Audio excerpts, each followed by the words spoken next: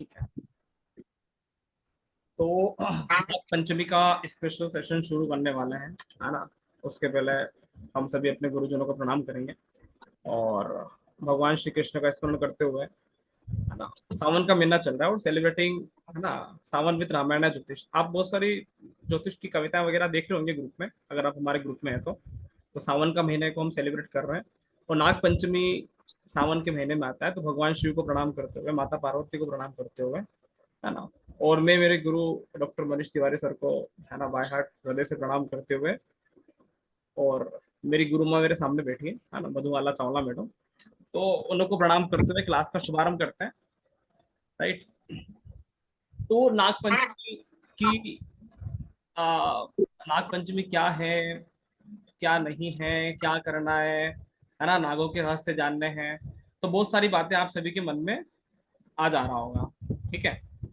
आप सभी चाहे तो अपने, है ना, कैमरा ऑन कर सकते हो, ताकि मैं भी आपका चेहरा देख पाऊँ, है ना। आप मेरा देख पा रहे हो तो मैं भी आपका देख सकूँ। ठीक है।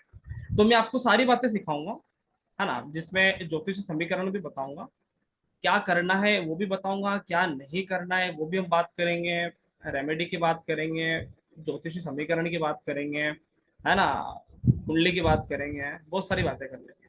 ठीक है। तो उसके उससे पहले मुझे आपसे एक, है ना, एक चीज चाहिए, और वो है कि आप बिल्कुल फ्रेश माइंड से, है ना, एकदम टेंशन फ्री होके, और दिमाग में कुछ भी भार अगर पहले से ही है ना, तो वो एकदम से छोड़ छुड़ा के, है ना, घर वाले परेशान कर रहे हैं पीछे से, तो टेंशन फ्री होके, है ना, आपको बैठना है, तभी क्लास का आनंद ले सकते हैं। सही है कि नहीं है?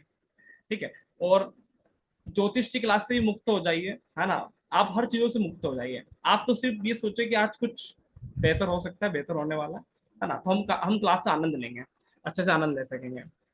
तो अच्छा, नाक के बारे में बात करते हैं। तो अच्छा, मेरे को एक बात बताओ कि जैसे हम नाक को देखते हैं, तो सबसे पहले क्या लगता है, ऐसा एकदम से नाक को देखते से क्या फीलिंग आता है? आप हैंड रेस कर डर सकते की हो मैं क्या? फीलिंग। हाँ। डर की फीलिंग होती है सबसे पहले डर की तो। फीलिंग होती है, अच्छा। हाँ। मतलब ऐसा लगता है कि मृत्यु सामने खड़ी हो, काट लेगा। हाँ, काट काट लेगा, लेगा वो। मरने का डर लगता है ना। तो नाग को देखते से ही डर लगता है ना। बहुत सी बार लगता है कि यार हम तो मृत्यु के बहुत निकट खड़े हैं, है ना। किसका अगर सुन ले कि भैया सांप काट गया, तो मतलब पहले दिमाग में क्या आता है कि ओहो मामला, है ना, मामला बच जाए, तो भगवान से प्रार्थना चालू हो जाती है ना, भगवान शिव से प्रार्थना चालू हो जाती है। तो सांप को देखते से ही डर लगता है। और क्या लगता है सांप को देखते से ही? और क्या फील आता है? दूसरा फील तो अगर शांत दिमाग है तो याद आएगा कि पितृ देवता दर्शन दे रहे हैं। अच्छा, डर के बाद क्या फील आएगा? एक बार डर उसके लगने बाद लग तो जाए तो लकड़ी फिर, मारने का फील आएगा। है ना। ठीक है। तो हाँ, दूसरा, ठीक है। अच्छा, भगवान शिव को देखकर क्या फील आता है, नाक को छोड़कर? भगवान शिव को देख के भी डर देवादिदेव। लगता है क्या? देवादिदेव महादेव हैं। सर्वोच्च हैं। सबके आराध्य हैं। आदिदेव हैं। कोई नहीं। भगवान शिव को देखकर भी थोड़ा बहुत डर तो, है ना, लगता है कि यार भैया गले में सांप है, क्या कर रहे हो, है ना। आमतौर पे अगर, है ना, शिव जैसा अगर कोई अगर हमारे जीवन में आ जाए, तो उनको डर लगता है कि यार ये कैसा व्यवहार है यार, है बिल्कुल गले नहीं उतर रहा। सही कह रहा हूँ कि नहीं सही कह रहा हूँ? ठीक है। तो आज हम इस चीज के रहस्य को समझेंगे। सबसे बड़ी चीज है कि हम इसकी पूजा क्यों करते हैं। आपको पता है, हिंदू सनातन संस्कृति में नाग, है ना, और गाय, दो ऐसे जीव हैं जिसकी भारतीय संस्कृति में सबसे ज्यादा पूजा होती है। सही है।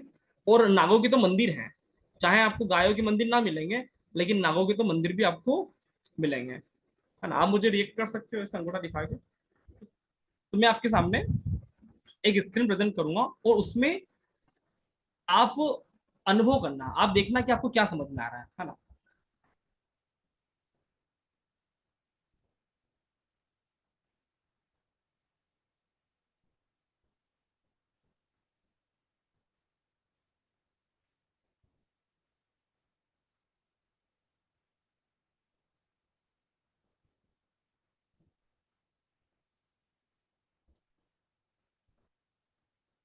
हाँ। पहला स्क्रीन आपको दिख रहा है जिसमें भगवान शंकर का और नाग देवता का चित्र है। सेकंड स्क्रीन में आपको क्या समझ में आता है? आपको ये फोटो दिख रहा है? आपको ये फोटो दिख रहा है? ये फोटो, है ना, उज्जैन के चंद्र नागेश्वर मंदिर का है ना। इसमें मैंने क्या लिख रखा है? क्या नाग जीवन जीना सिखाता है? क्या नाग स्वयं ही महामृत्युंजय है? क्या नाग मृत्यु से ऊपर की कहानी है ना। तो इसका टिप भी दिया हुआ हूँ। चंद्र नागेश्वर का मंदिर महाकाल के ऊपरी माला पर स्थित है ना, महाकाल के ऊपरी, है ना, सेकंड थर्ड फ्लोर पे चंद्र नागेश्वर मंदिर स्थित है। चलिए एक और पिक्चर देखते हैं। आपको ये दिख तो रहा है ना सबको? दिख रहा है सर। ठीक है। ये वाला आपको कहानी दिख रहा होगा। क्या नागपाश व्यक्ति को बांध देता है ना। अब ये नागपाश आपने रामायण में कहानी सुना होगा कि भगवान राम और लक्ष्मण को, है ना, इंद्रजीत ने ऐसी, है ना, शक्ति डाली कि नागपाश से दोनों भाई बन गए। तो क्या नागपाश प्रारब्ध कर्मा से, क्या नाग प्रारब्ध कर्मा से, है ना, जिस तरह से हम अपने प्रारब्ध कर्मा से बन जाते हैं, भगवान श्री राम भी अपने, है ना, नागपाश से बन गए थे। तो क्या कोई गरुड़ बनकर हमारे जीवन को खोलने वाला भी हो सकता है क्या? प्रश्न सेकंड ये है कि अगर हमारे जन्म कुंडली में, हमारे जीवन में अगर कोई कोई चीजें ऐसी, है ना, बांध दिया किसी ने, है ना, हमारा हमारा ग्रो रुक गया, हमारा सक्सेस रुक गया, तो क्या गरुड़ भी है क्या जो खोलने वाला हो सकता है? तीसरा चित्र से हम समझेंगे, है ना। ये है जब लक्ष्मण को शक्ति लगा था, है ना, लक्ष्मण मूर्छित हो गए थे, हनुमान जी संजीवनी बूटी लेके आए थे। तो क्या लिखा हुआ है? क्या नाग को जितने पर संजीवन हो सकता है ना। लक्ष्मण को जब शक्ति लगा, जब लक्ष्मण मूर्छित हुआ, तो संजीवनी बूटी से पुनर्जन्म, है ना, पुनर्जीवित हुआ। और नाग को भारतीय ज्योतिष, हिंदू सनातन संस्कृति पुनर्जन्म का भी बोलती है कि नाग मतलब पुनर्जन्म का कोई न कोई रहस्य समेटे हुए। नाग कभी भी, हाँ, सामान्य नहीं होते, असामान्य जीव है। ठीक है। आप चौथे फोटो में देख रहे हो, है ना, ये अपने द्वापर युग में आ गए, अभी त्रेता में चल रहे थे। द्वापर युग में भगवान कृष्ण का जन्म होता है। क्या नाग की छत्र छाया में रास्ता आसानी से पार हो सकता है क्या? है ना। तो जब भगवान कृष्ण का जन्म हुआ, तो नाग भगवान श्री कृष्ण को मध्य रात्रि वर्षा से बचाकर रास्ता आसान कर देते हैं। ऐसे होता है ना, जा रहे होते हैं, है ना, भगवान कृष्ण नदी को पार करके, तो वहां पे नाग, है ना, उनके ऊपर आज छतरी की तरह आ जाता है। ठीक है। चलिए एक और चित्र है भगवान श्री कृष्ण का ही, जिन्होंने कालिया नाग पर नृत्य किया था, है ना, और सभी गांव वासियों को, अपने नगर वासियों को बचाया था, है ना, नाग के प्रकोप से। तो क्या नाग पर नृत्य किया जा सकता है क्या? प्रश्न ये है, क्या नाग पर नाचने वाला व्यक्ति को पैदा हो सकता है क्या? तो नाग पर नृत्य कौन कर सकता है? नाग पर नृत्य वही कर सकता है जो ये त्रिलोकों का स्वामी हो, तीनों लोक का स्वामी हो, जो हर कला में परिपूर्ण हो, जो जीवन और मृत्यु से परे हो, है ना, जिसको मृत्यु नहीं मार सके, है ना। और भगवान श्री कृष्ण समस्त 16 कलाओं के साथ अत्यंत मायावी, अत्यंत क्रिएटिव अवतार हिंदू सनातन संस्कृति में, है ना, है। अष्टम अवतार के नाम से जाना जाता है। अब एक और देखो, हम नवम अवतार पे आ गए। पहले राम जी में थे सप्तम अवतार पे, फिर भगवान कृष्ण पे आ गए अष्टम पे, अब हम नवम अवतार पे आ गए, है ना, भगवान श्री गौतम गौतम बुद्ध, है ना। क्या नाग उच्चतम ऊर्जा का केंद्र है? गौतम बुद्ध की समाधि में नाग देवता भी लीन हो गए थे। तो क्या नाग हाईएस्ट एनर्जी, उच्चतम ऊर्जा को लिंक करता है, कनेक्ट करता है ना, ये भी विचारणीय प्रश्न है।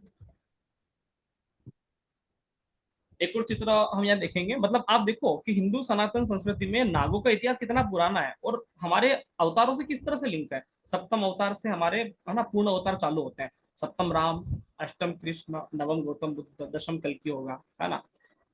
इस चित्र में देखो, जो कि नारायण स्वयं है। क्या नाग पर शयन किया जा सकता है? क्या नाग सोने की चीज है ना। तो भगवान श्री हरि सभी बुराइयों को समाप्त कर देते हैं। वो प्राणी मात्र को सिर्फ शुभ दृष्टि से ही देखते हैं। समझ में आ रहा है? भगवान श्री कृष्ण जैसे नाग को बोलते ना, डर लगता है, बुराई है, जहर है, तो भगवान श्री विष्णु किस पर सोए हुए हैं? बुराइयों के ऊपर, है ना, डर के ऊपर, है ना। डर को सुला दिया, बुराइयों को खत्म कर दिया, सुला दिया, सो गए, बिस्तर बना लिया, है ना। तो भगवान श्री हरि सभी बुराइयों को समाप्त कर देते हैं। वो हर प्राणी मात्र को, जीव मात्र को हमेशा से शुभ दृष्टि से, किसी को भी घृणा दृष्टि से देख ही नहीं सकता भगवान विष्णु। समझ में आ रहा है? तो नाग का महत्व हमको यहाँ समझ में आ रहा है। ठीक है। ये एक और बड़ा इंटरेस्टिंग चैप्टर है, जहाँ से हमारा ज्योतिष का चंद्रमा आया, जहाँ से दशाएं आई, है ना, पृथ्वी को जीवन मिला। मतलब नाग का इतिहास कितना पुराना है, पृथ्वी से पुराना है। जैसे बोलते हैं ना कि पृथ्वी से पुराना समुद्र है, हम पृथ्वी पर जो समुद्र देखते हैं वो पृथ्वी से भी पुराना है।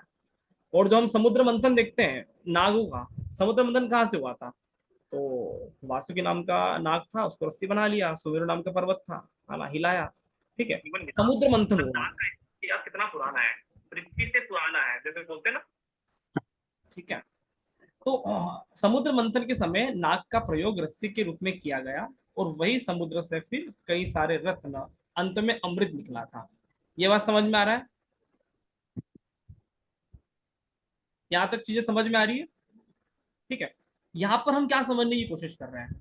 हम ये समझने की कोशिश कर रहे हैं कि नाग का इतिहास हिंदू सनातन संस्कृति से कितना पुराना है। जब पृथ्वी पर चंद्रमा भी नहीं था, भाई समुद्र मंथन चंद्रमा निकला ना यार, तो पृथ्वी पर चंद्रमा नहीं था, उसके पहले भैया सांप रस्सी बन के, है ना, सांप के मुंह को दानव पकड़ रहे हैं, पूछ को देवता पकड़ रहे हैं, है ना, दानव तो मुंह पकड़ लेते, टेंशन नहीं होता उनको, ठीक है। तो रस्सी बना के हिला रहे हैं। हमारे जो पूर्ण अवतार चालू हुए भगवान श्री राम से, पहला पूर्ण अवतार हिंदू सनातन संस्कृति का। उसके पहले तो सारे अवतार थोड़े से, है ना, लगते हैं। तो फर्स्ट पूर्ण अवतार जिसको एक आदर्श अवतार मानते हैं, भगवान राम का सांपों से लिंक था, भगवान कृष्ण का सांपों से लिंक था, है ना, भगवान बुद्ध का सांपों से लिंक था। मतलब सर्प का कनेक्शन एक, मतलब एक आदर्श व्यक्ति, या आप हम बोल सकते हैं कि एक महापुरुष, या सर्प एक उच्चतम एनर्जी को कनेक्ट करता है। आप समझ पा रहे हो?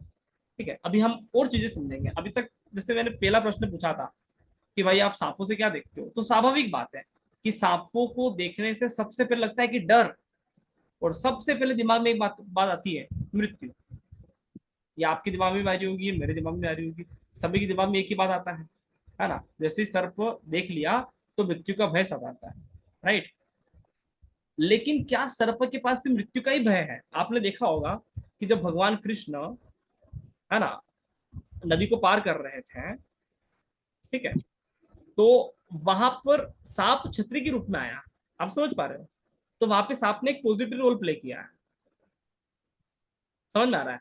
तो सांप एक पॉजिटिव रोल प्ले भी कर सकता है, सांप नेगेटिव रोल तो प्ले करता ही है, वो तो स्वाभाविक है, जग जाहिर है। लेकिन पॉजिटिव रोल प्ले भी कर सकता है, इसलिए तो भगवान शिव ने कंधे पे, मतलब गले में हार बना के पहन रखा है, तो कुछ तो कारण होगा। अभी थोड़ा सा और गहरे से समझते हैं।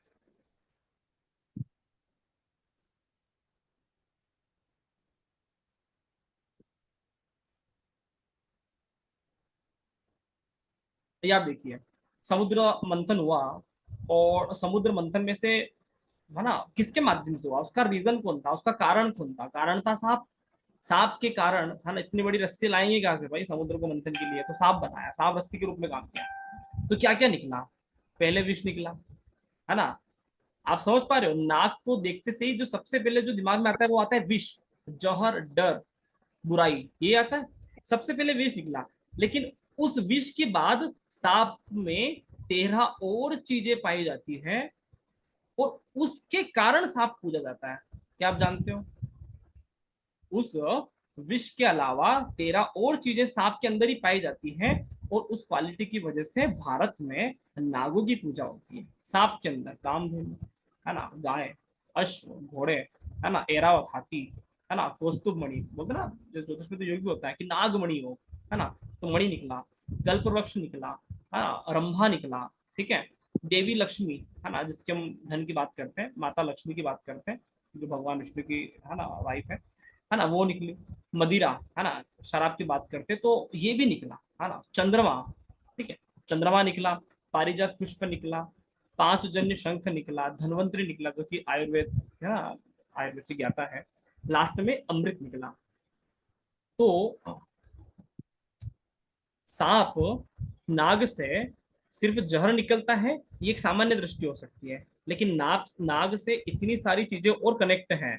क्या कभी आपने ये अनुभव किया?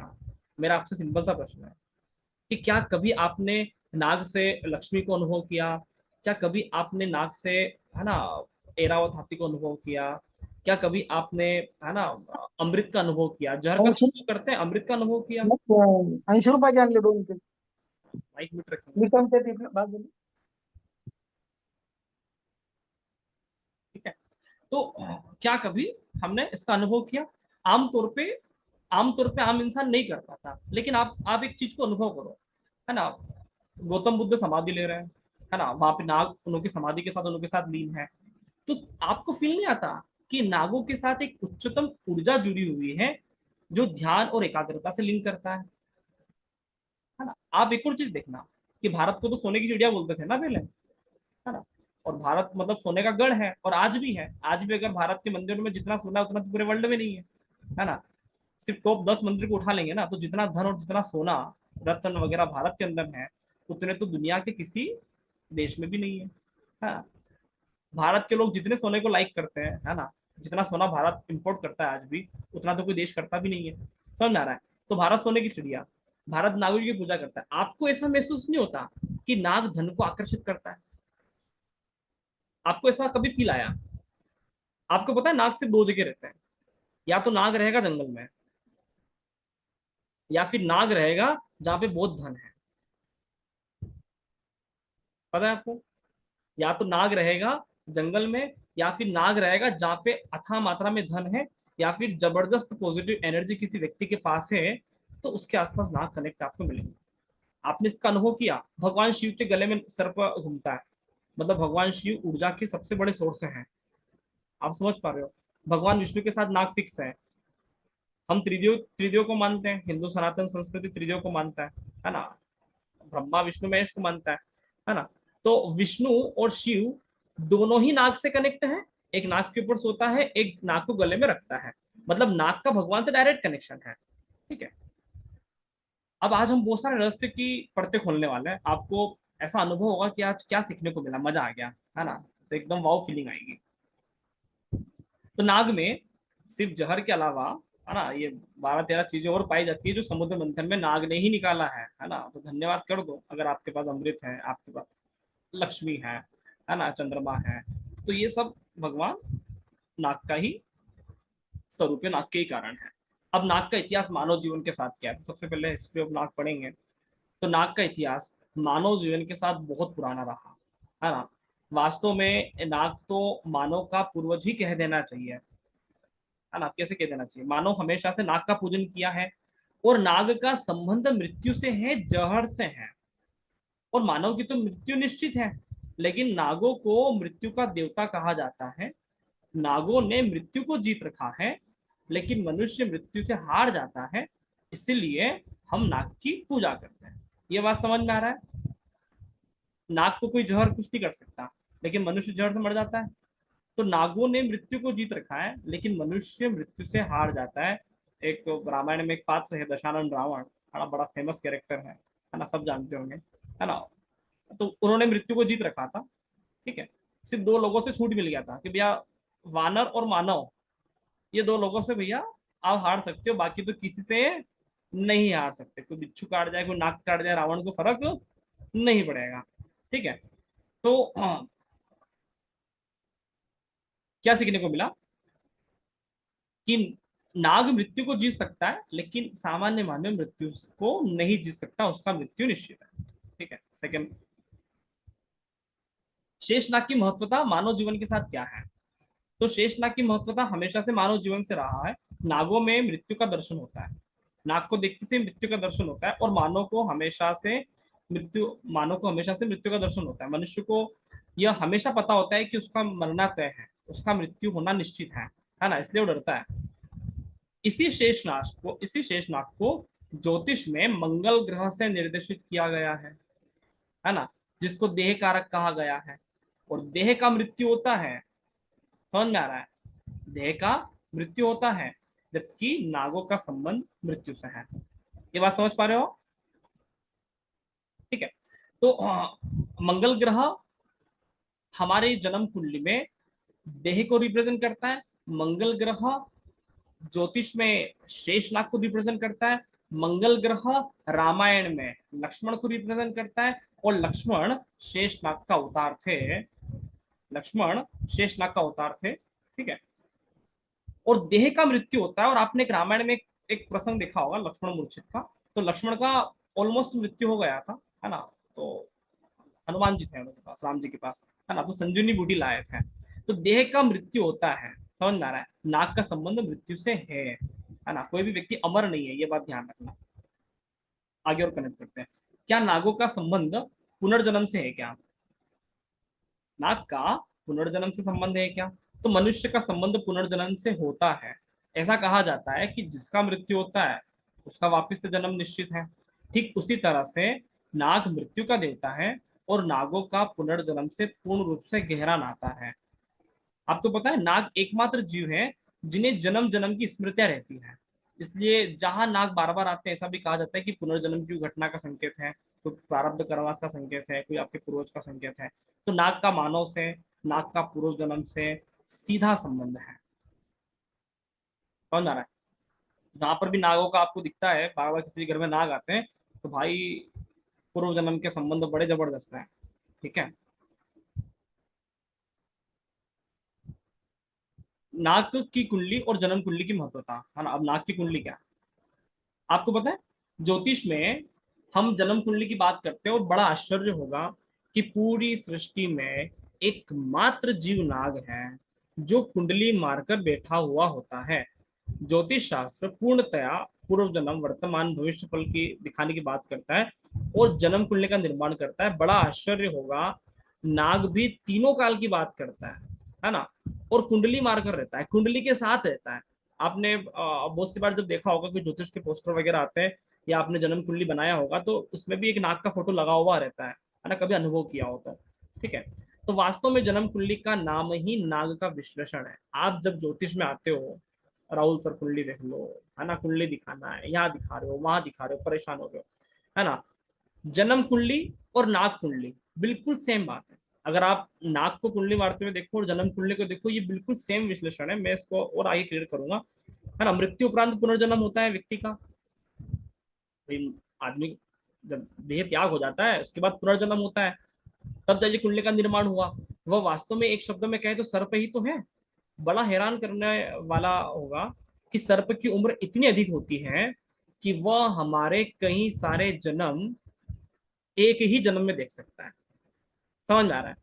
हम 8-10 बार मनुष्य रूप में पैदा हो जाएंगे, चले जाएंगे, और सर्प एक ही जन्म में हमारा सारा भूत भविष्य वर्तमान देख लेता है। आप इस बात को रिलेट कर पा रहे हो? समझ में आ रहा है? यही बात तो कुंडली कह रहा है, कि कुंडली जन्म जन्म की गाथा कह रही है। जन्म कुंडली जन्म जन्म की गाथा कह रही है, और यही बात नाग बोल रहा है कि भाई मैं भी जन्म जन्म की बातें बताता हूँ, है ना। और ऐसा कहा जाता है कि नाग की उम्र हजारों साल होती है। नाग की उम्र कम नहीं होती, है ना। कुत्ते की उम्र 20 साल, है ना, गाय की उम्र 20 साल, लेकिन नाग की उम्र हजारों साल। और एक नाग, है ना, आपके, है ना, कई सारे जन्म, हमारे कई सारे जन्म जानता है। आप समझ पा रहे हो, रिलेट कर पा रहे हो नागों की शक्ति को? आप ऐसे कर सकते हो थंब रिएक्शन, है ना, आपको अनम्यूट करने का मौका मिलेगा। ठीक है। तो नागों का संबंध हमारे पुनर्जन्म से इस तरह से भी है। ठीक है। ठीक।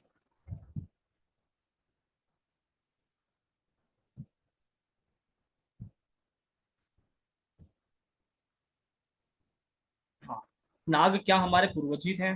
प्रश्न ये भी आता है, नाग हमारे पूर्वज ही थे क्या? तो इसका अनुमान आप एक ही बात से लगा लेंगे कि मानव का मुख्य लक्ष्य नाग का मूल आधार है, मतलब नाग का नेचुरल, है ना, लिविंग है। मानव का मूल लक्ष्य नाग का मूल आधार है। जैसे मानव का मुख्य लक्ष्य क्या होता है? ध्यान करना, आध्यात्म करना। अगर हम मानव जीवन में आए हैं तो हमारा ध्यान, आध्यात्म, मेडिटेशन, एकांत, तो हमारा विद्या पराविद्या में खो जाना, ईश्वर में लीन हो जाना, ये एक्चुअल में किसी भी मानव का लक्ष्य होता है। और यह नागों में बिल्कुल प्राकृतिक है। बड़ा आश्चर्य होगा, नाग ध्यान में, एकांत में और आध्यात्म में लीन रहने वाला एकमात्र प्राणी है ऑल टाइम। वास्तव में जहां नाग होते हैं वहां पर उच्चतम आध्यात्मिक ऊर्जा होती है, उच्चतम पॉजिटिव एनर्जी होती है, गजब की पॉजिटिव वाइब्रेशन होती है ना। भगवान शिव के गले में नाग है, भगवान विष्णु नाग पर विराजमान है। वह उच्चतम आध्यात्म का केंद्र बिंदु है। अगर हमें आध्यात्मिक जीवन की बात करते तो हम क्या बोलते हैं? भगवान शिव की उपासना करो, भगवान विष्णु की उपासना करो, है ना। तो नाग का संबंध सीधा वहां से है। नाग वास्तव में मानव के पूर्वजी थे। और बड़ा आश्चर्य होगा, जहां मानव जाना चाहता है, समझ पा रहे हो, जहां मानव जाना चाहता है वहां पर नाग ऑलरेडी मौजूद है। कितना आश्चर्य है। आप ध्यान में जाना चाहते हो, एकाग्र होना चाहते हो, एकांत में जाना चाहते हो, पराविद्या को प्राप्त करना चाहते हो, ज्योतिष को जानना चाहते हो, ईश्वर को जानना चाहते हो, नाग के अंदर नेचुरल वो सारी चीजें हैं, प्राकृतिक रूप से सारी चीजें हैं। कितना आश्चर्य होता है कि जहां मानव का भविष्य है, कि मानव वहां चला जाए, वहां प्राकृतिक रूप से नाग ऑलरेडी है, नेचुरल है। तो इसलिए भारत नाग की पूजा करता है। भारत के ऋषि मुनि है ना, बड़े समझदार लोग थे, ऐसे नहीं बताया हमको बहुत सारी बातें। ठीक है, ठीक है।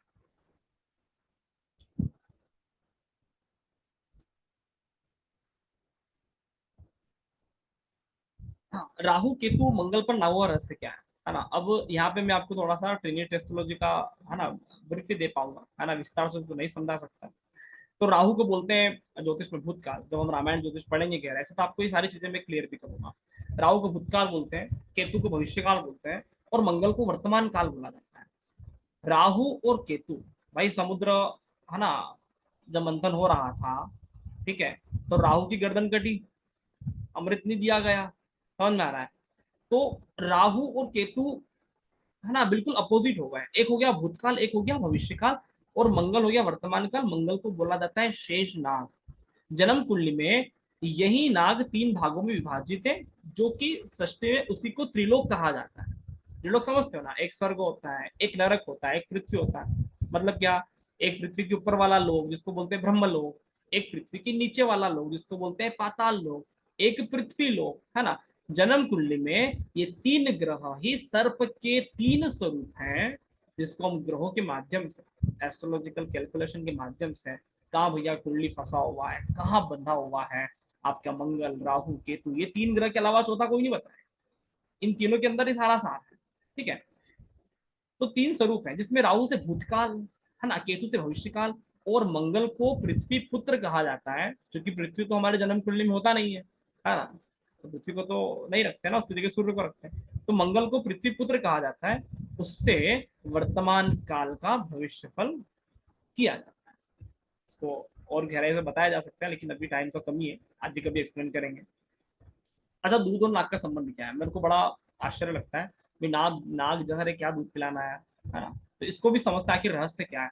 हमारे ऋषि मुनियों ने, हमारे पूर्वजों ने कोई भी नियम बनाया, वो वैज्ञानिक महत्व के आधार पर एक भी नहीं था। सारे में वैज्ञानिक महत्व था।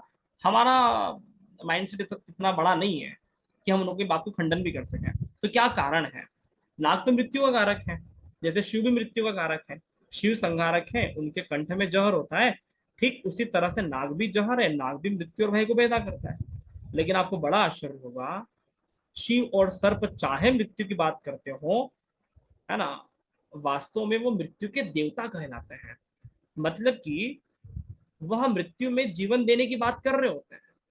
शिव को अगर बहुत ध्यान से समझा जाए, तो शिव वह देवता है जो मरे हुए व्यक्ति को जीवित कर देते हैं। ऐसा किसी में ताकत नहीं। एक दूसरे में ऊपर है शुक्राचार्य में, जो शिव जी से वरदान लेके, है ना, मृत संजीवनी का वरदान ले लिए थे। तो शिव एकमात्र वह व्यक्ति है जो मरे हुए लोगों को जीवित कर देते हैं। समझ में आ रहा है। शिव मृत्यु तो है, लेकिन मृत्यु को जीवन में बदलकर नया वही कर सकते हैं। ये सबसे आश्चर्य की बात है। वही बात नाग के साथ है, नाग मृत्यु ही है। जब भी हम किसी की मृत्यु देखते हैं, जो हम हमारे जीवन को, है ना, जो हमें हमारे जीवन को नया कर लेते हैं, मन ही मन में भाव जन्म ले लेता है कि यार मैं अच्छे कर्म करूंगा। जब भी हम किसी की मृत्यु देखते हैं, तो हम एक्चुअल में अपना नया जन्म ले रहे होते हैं कि यार जीवन का भरोसा नहीं है, अब अच्छे कर्म करूंगा, यही फीलिंग आता है। ठीक है ना। तो मृत्यु को बहुत पास से देखने पर वास्तव में व्यक्ति को वास्तविक जीवन नजर आता है। समझ में आ रहा है। मृत्यु को बहुत पास से देखने पर व्यक्ति को एक्चुअल में जीवन नजर आता है। इसलिए नाग, है ना, जो मृत्यु को, है ना, दूध, नाग मृत्यु है और दूध जीवन है। समझ में आ रहा है। तो इसीलिए नागों को दूध पिलाया जाता है। इसीलिए शिव मृत्यु है और जल जीवन है, इसलिए शिव को जल चढ़ाया जाता है। भारत में नागों के दूध पिलाने का मतलब यही है कि मृत्यु में भी नया जीवन व्यक्ति ढूंढ सकता है। समझ में आ रहा है। आप इस बात को, है ना, बिल्कुल आप मनोवैज्ञानिक तथ्य से समझें। जब भी जीवन में संकट आता है, परेशानी आती है, तो जबरदस्त डिप्रेशन, बिल्कुल बुरा समय, एकदम नेगेटिव समय, उस नकारात्मक समय में भी कुछ पॉजिटिव बातें व्यक्ति ढूंढ सकता है। समझ में आ रहा है कि नहीं आ रहा है? इसीलिए भगवान शिव पर जल चढ़ा रहे हैं। भाई जल क्यों चढ़ाना, जहर तो पीता है, जहर ही चढ़ा दो। आहा, जो मृत्यु को जीवन देता है। आप एक बात समझ, आपको एक और बात है समझने को मिलेगा कि भगवान कौन है। भगवान वह है जो मृत्यु को जीवन देता है। भगवान शिव को महादेव बोलते हैं ना, देवों के देव महादेव, कालों के काल महाकाल। तो भगवान किसको बोलते हैं? जो मृत्यु को जीवन देता है। और राक्षस किसको बोलते हैं? जो जीवन को मृत्यु देता है। उल्टा कर लो, समझ में आया? जो जीवन को मार दे वो राक्षस हो गया, और जो मृत्यु को जीवन दे दे वो भगवान हो गया। आप ये बात को समझ पा रहे हो? इसलिए हिंदू सनातन संस्कृति बहुत गहराई से बोलती है कि भैया नॉनवेज नहीं खाना चाहिए, है ना। मुर्गा गाय बिल्ली बकरी भैया मत काटो। समझ में आ रहा है? नहीं करना चाहिए ना, क्योंकि सामने वाला व्यक्ति भारतीय संस्कृति में, हिंदू सनातन संस्कृति में कभी भी जीवन को मृत्यु देने का काम नहीं बताया। मृत्यु को जीवन करने की बात बताइए भारत में कि भैया कोई मर गया था, है ना, भगवान शिव का श्लोक पढ़ा, ठीक है ना, ओम त्र्यंबकम बकम यजामय वाला श्लोक पढ़ा, महामृत्युंजय श्लोक पढ़ा, और उससे व्यक्ति जिंदा हो गया। ये भारतीय संस्कृति, ये भारत का कल्चर है। ठीक है, और समझते हैं आगे को।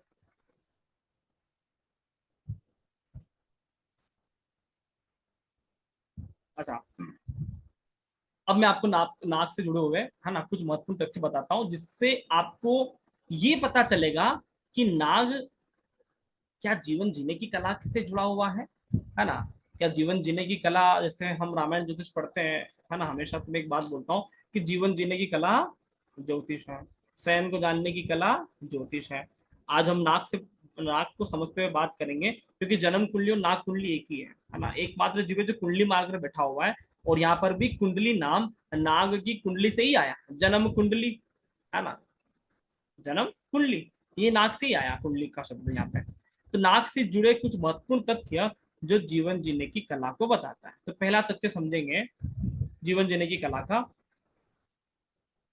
व्यक्ति अच्छे काम कब करता है? मृत्यु के डर से, मृत्यु के डर से व्यक्ति तुरंत पुण्य कर्म शुरू कर देता है। ये मानो नेचुरल है ना। मृत्यु के डर से व्यक्ति तुरंत बुराई छोड़ देता है।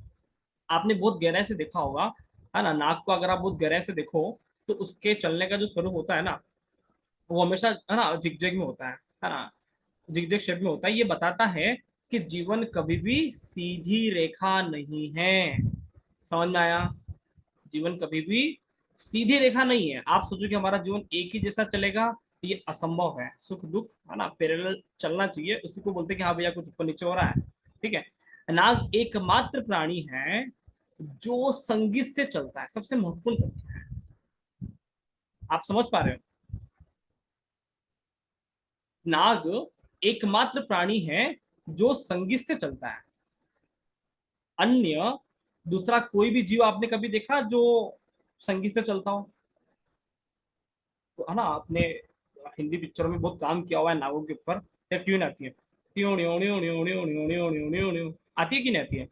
तो नाग एकमात्र जीव है जो संगीत से चलता है। अब नाग से क्या सीखा कि अगर नाग संगीत से चल रहा है तो जीवन जीने के लिए आपको पहला काम क्या करना पड़ेगा?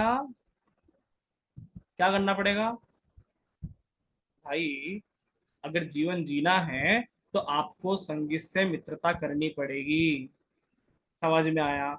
और भारतीय संस्कृति दुनिया की पहली ऐसी संस्कृति है जो मंदिर में ढोल, नगाड़े, शंख, घंटी, बंसुरी, है ना, सारी चीजें रखता है ना। और जब दुनिया संगीत के बारे में जानती भी नहीं थी, तब भारत संगीत की पूजा कर रहा था। शास्त्रीय संगीत पूजा का विषय है। आपको पता है, संगीत भारत में पूजा का विषय रहा है। ऐसी संगीत नहीं गाया जा सकता, है ना, उल्लू फुल्लू लोग नाच रहे हैं, दारू वारू पी के पार्टी कर रहे हैं। संगीत का अपना एक कल्चर है, संगीत की अपनी एक पूजा है ना। तो संगीत भारत में एक पूजा का विषय है। आप देखो ना, हिंदू सनातन संस्कृति में आरती बिना संगीत के नहीं हो सकती। अगर कोई छोटा मंदिर है, कुछ भी नहीं है, घंटी भी नहीं है, क्लैपिंग करो। सिखाया ना बचपन से कि आरती करेंगे तो ताली बजाएंगे। इसका मतलब क्या, कि भाई कुछ भी व्यवस्था ना हो ना, ढोल की, नगाड़े की, शंख की, कुछ भी ना हो, तो क्या करेगा, ताली बजाएगा, है ना। तो संगीत की पूजा भारत करता है, शास्त्रीय संगीत का। ठीक है, समझ में आ रहा है। तो जीवन जीने की कला सीख रहे हैं नागों से। तो नाग संगीत से चलता है, और मनुष्य को बहुत सही तरीके से चलना हो, उच्चतम आध्यात्मिक ऊर्जा को प्राप्त करना हो, तो उसको किससे प्यार करना पड़ेगा, संगीत से प्यार करना पड़ेगा। जो आपको लगता है कि मेरे को ये भजन, ये गाना, ये मुझे बेस्ट लगता है, आप सुनिए, आप ड्यूटी बनाए। और भारतीय संस्कृति ने तो नियम बना रखा था कि भैया सुबह शाम संगीतमय आरती करना चाहिए, है ना। ये हिंदू कल्चर था।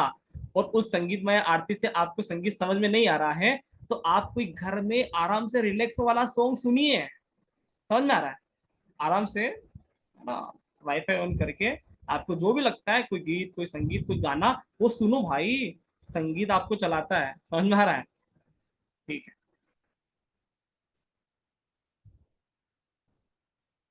और रहस्य में तथ्य पढ़ते हैं कि कैसे ये जीवन जीना की कला से कनेक्ट है। नाग हमेशा से गहन ध्यान में रहने वाले प्राणी हैं, और मानव को ध्यान, मेडिटेशन, आध्यात्म करना अत्यंत आवश्यक है ना।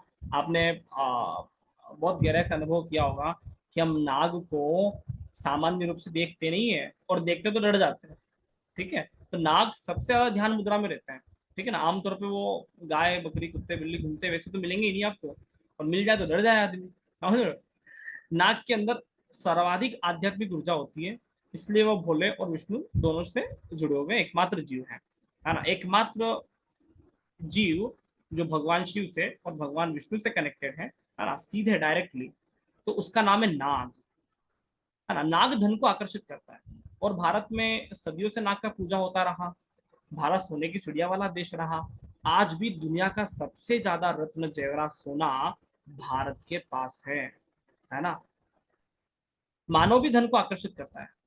जिस तरह से नाग धन को आकर्षित करता है, इसी तरह से मानव भी धन को बड़ा आकर्षित करता है।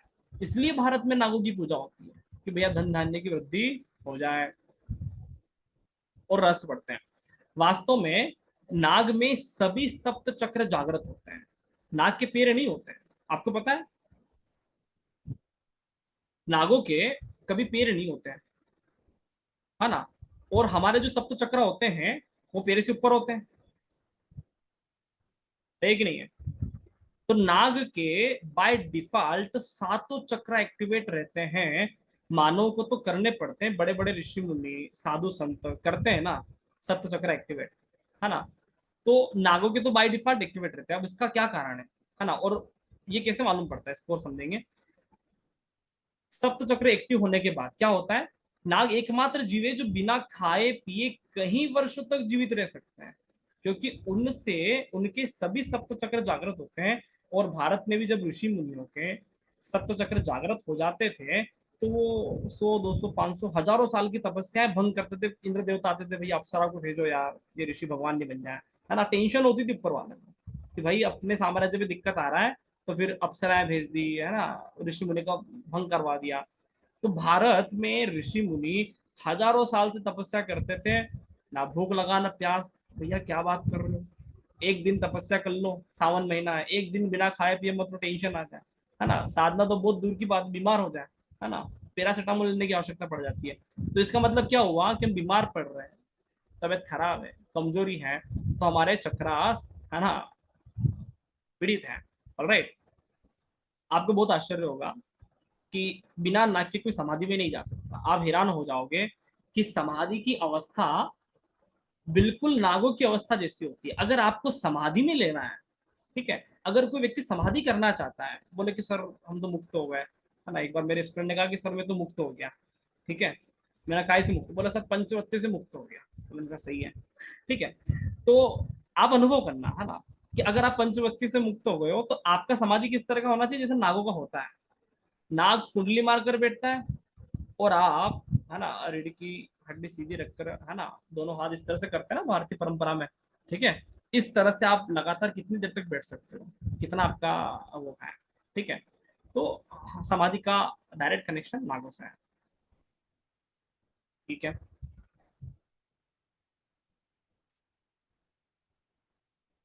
है ना, बड़ा आश्चर्य लगेगा।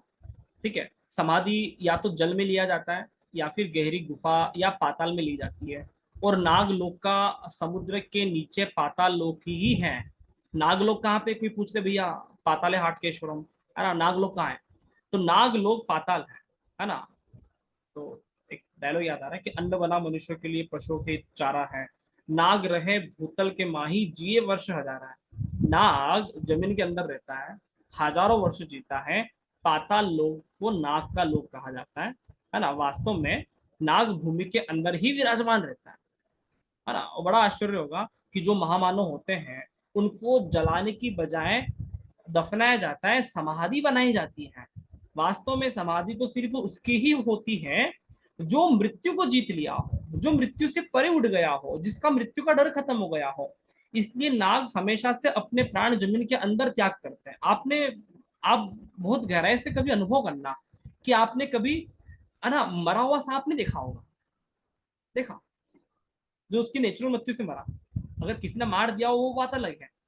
प्राकृतिक मृत्यु से मरा हुआ सांप कभी देखा जंगलों में या कहीं से खबर है? सांप समाधि लेता है, आप समझ रहे हो, पाताल लोक में। ठीक है, और भारत के अंदर कल्चर था ना कि भाई समाधि लेंगे। भगवान श्री कृष्ण ने समाधि लिया, लिया कि नहीं लिया? राम जी ने समाधि लिया। तो समाधि कौन ले सकता है ना, इसको भी समझते हैं आगे। तो यही कारण है कि महामानव को, जो है ना, जो ग्रेट लीडर होते हैं, ग्रेट मैन होते हैं, उनको जलाने की बजाय उनका समाधि बनाया जाता है ना। जैसे अपने धर्म में जलाते हैं ना, जलाने की क्रिया है, क्योंकि जो जो पूर्ण हो गया हो, जो कंप्लीट हो चुका है, उसका ही समाधि बनाया जा सकता है, उसको ही दफनाया जा सकता है। बाकी तो उसको मुक्त करें आप।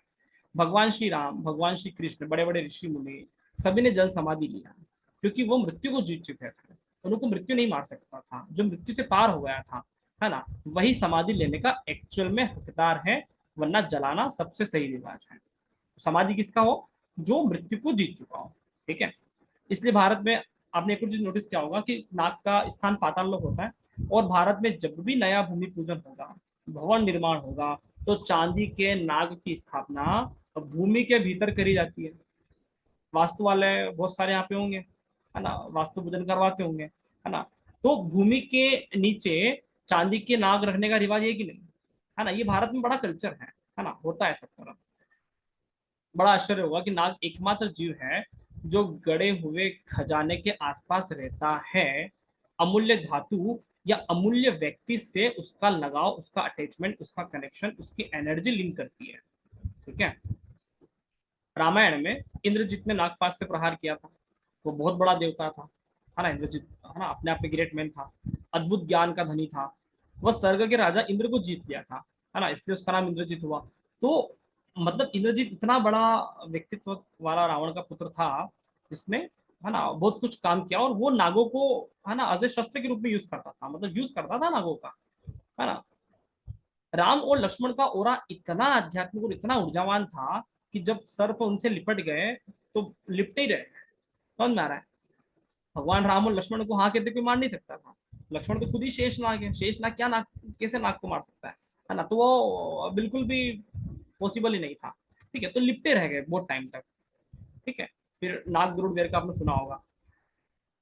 अच्छा, नाग का संबंध हमारे पूर्वज से है, चंद्रमा से है, हमारे मन से है, ठीक है ना, और हमारे ब्रेन से है। कितना आश्चर्य है, बड़ा आश्चर्य होगा कि हमारे सोचने समझने की ताकत भी जहां से आती है, वह भी नागों का ही देन है।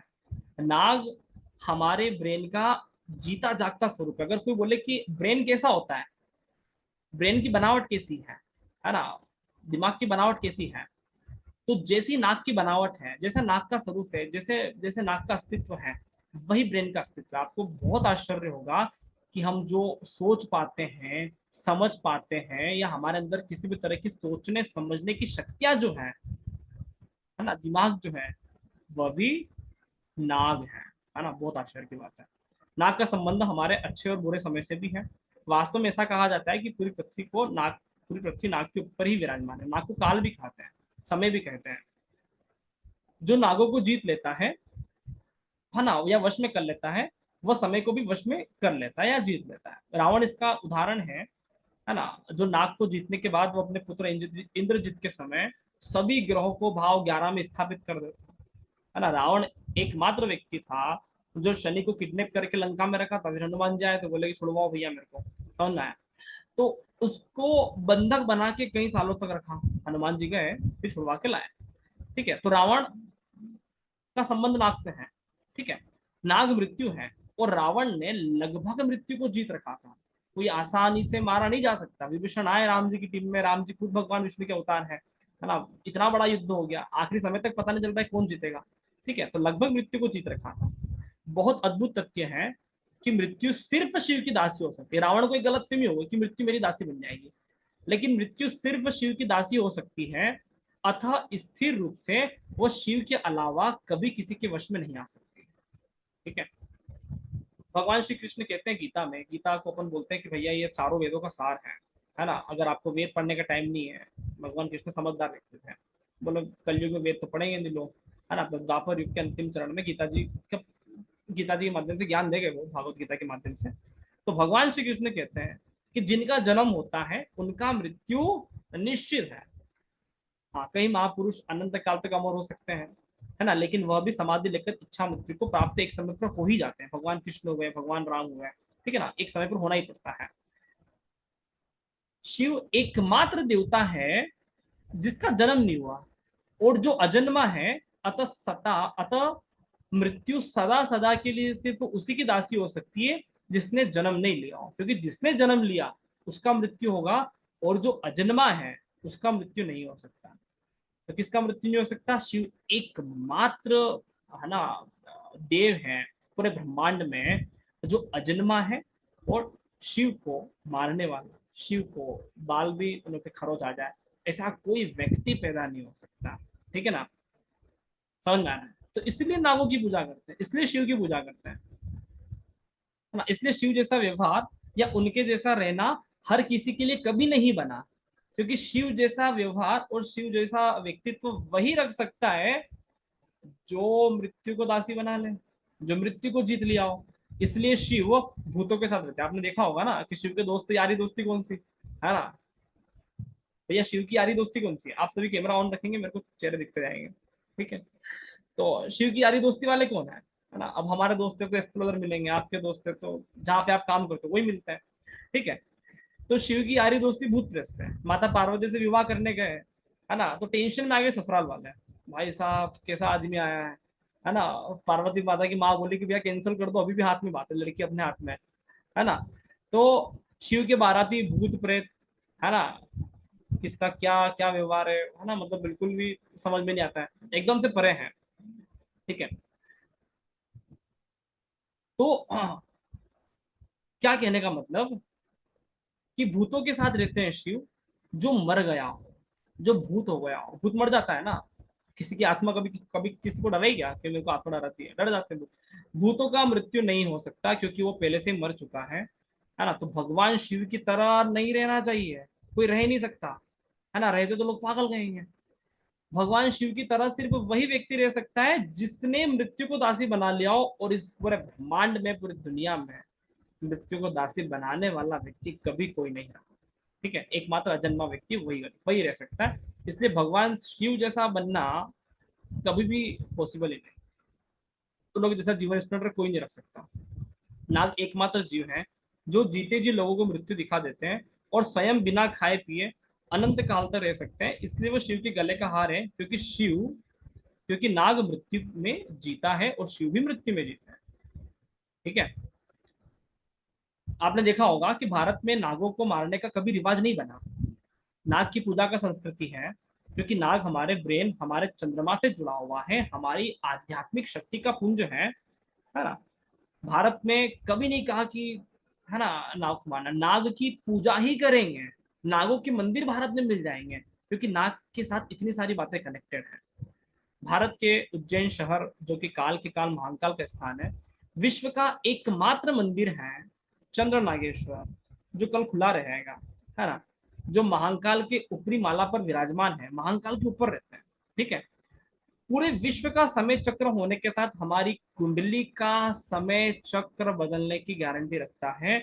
और इसीलिए आपने देखा होगा कि नाग पंचमी में लोग नागों की पूजा करते हैं, दूध पिलाते हैं, चंद्र नागेश्वर मंदिर जाते हैं, क्योंकि एक ही दिन रहता है ना। और नाग और शिव में वह ताकत है कि वो आपके समय चक्र को बदल सकते हैं। मतलब मैं बात कर रहा हूँ महादशा की, अंतरदशा की, उसको बदलने की गारंटी ले सकता है, वही ले सकता है, उसके अलावा कोई नहीं ले सकता, ठीक है ना। तो समय से बड़ा नाग है, ठीक है, काल है, महाकाल है।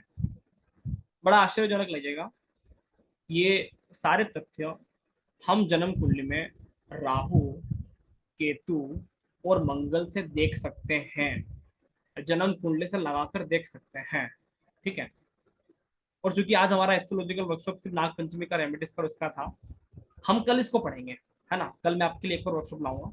कल हम इसमें पढ़ेंगे कि कैसे ये जन्म कुंडली से देखा जाता है, कैसे आपकी जन्म कुंडली से नाग लिंक है, राहु केतु मंगल का सीधा संबंध नागों से है। और ज्योतिष शास्त्र का सीधा संबंध, ज्योतिष शास्त्र में 12 राशियां होती है, और 12 राशियां ही 12 ज्योतिर्लिंग कहलाता है। आप कभी मेरी एक वर्कशॉप आई थी पिछले कुछ टाइम पहले, है ना, जिसमें तृतीय वर्कशॉप, उसमें काफी कुछ मैंने विस्तार से बताया था। हाँ, तो ठीक है, अब रेमेडीज की बात कर लूँ, है ना। उसके पहले मैं आप सभी लोगों से, हाँ जी,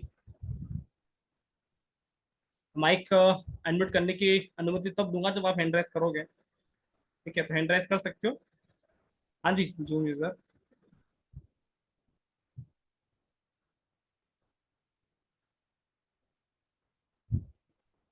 हाँ, कैसा लगा आपको? मैं सबको एक बार अनम्यूट कर देता हूँ।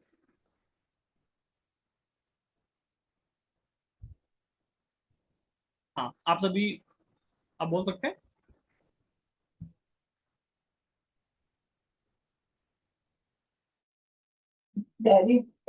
हाँ, कैसा लग रहा है? बहुत बढ़िया। बहुत मजा आया। बहुत अच्छा सर लगा। थोड़ा अच्छा लगा, थोड़ा टुक में एक बार बता सकते, क्योंकि थोड़ा कंफ्यूजन हो गया था बीच में, हाँ, मेरा नेट चला गया ना तो। नेट चला गया तो कंफ्यूजन नेट वालों का है, आप रिकॉर्डिंग से पूरा करना, है ना। तो जहाँ पे अपनी समस्या, वहां पे राहुल सर को टेंशन देने का नहीं, ठीक है। जहाँ पे आप पूरी क्लास में थे और समझ में नहीं आया, तो वहां पे आप बात बोलिए, ठीक है। क्लास कैसा लगा है? बहुत मस्त सर। सुंदर। मस्त लगा। ठीक है। तो नागों बहुत के अच्छा सर, रहस्य thank you so much sir. कितना पुराना है ना। और कल हम पूजा करने वाले हैं, और बहुत सारे काम आपको करना है, और बहुत सारे काम नहीं करना है, ठीक है। हाँ, शर्मा भारती मैडम, जी मैडम। नमस्ते सर। नमस्कार मैम।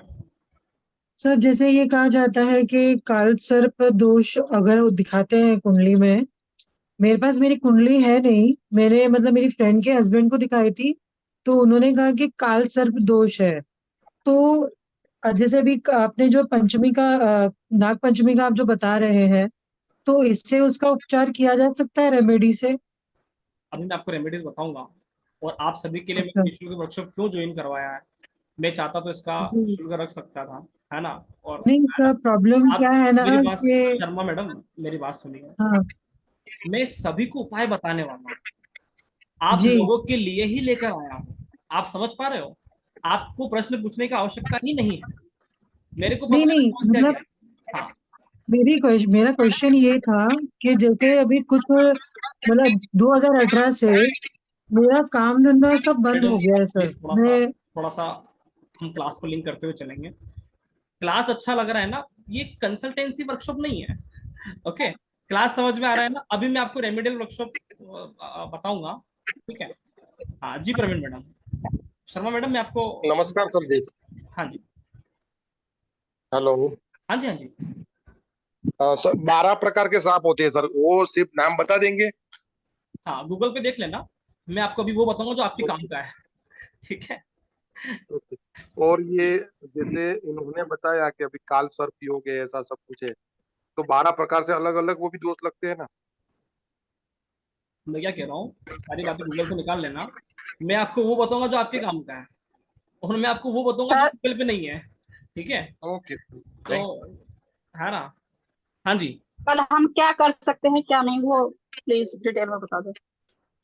हाँ, इस पे आ रहा हूँ। सर नमस्ते। ठीक है, तो हाँ, सर नमस्ते। अभी मैं, हाँ अभी मैं हेलो। सबको म्यूट रखूंगा, 1 मिनट रुको, थोड़ा सा म्यूट। सर सर एक मिनट।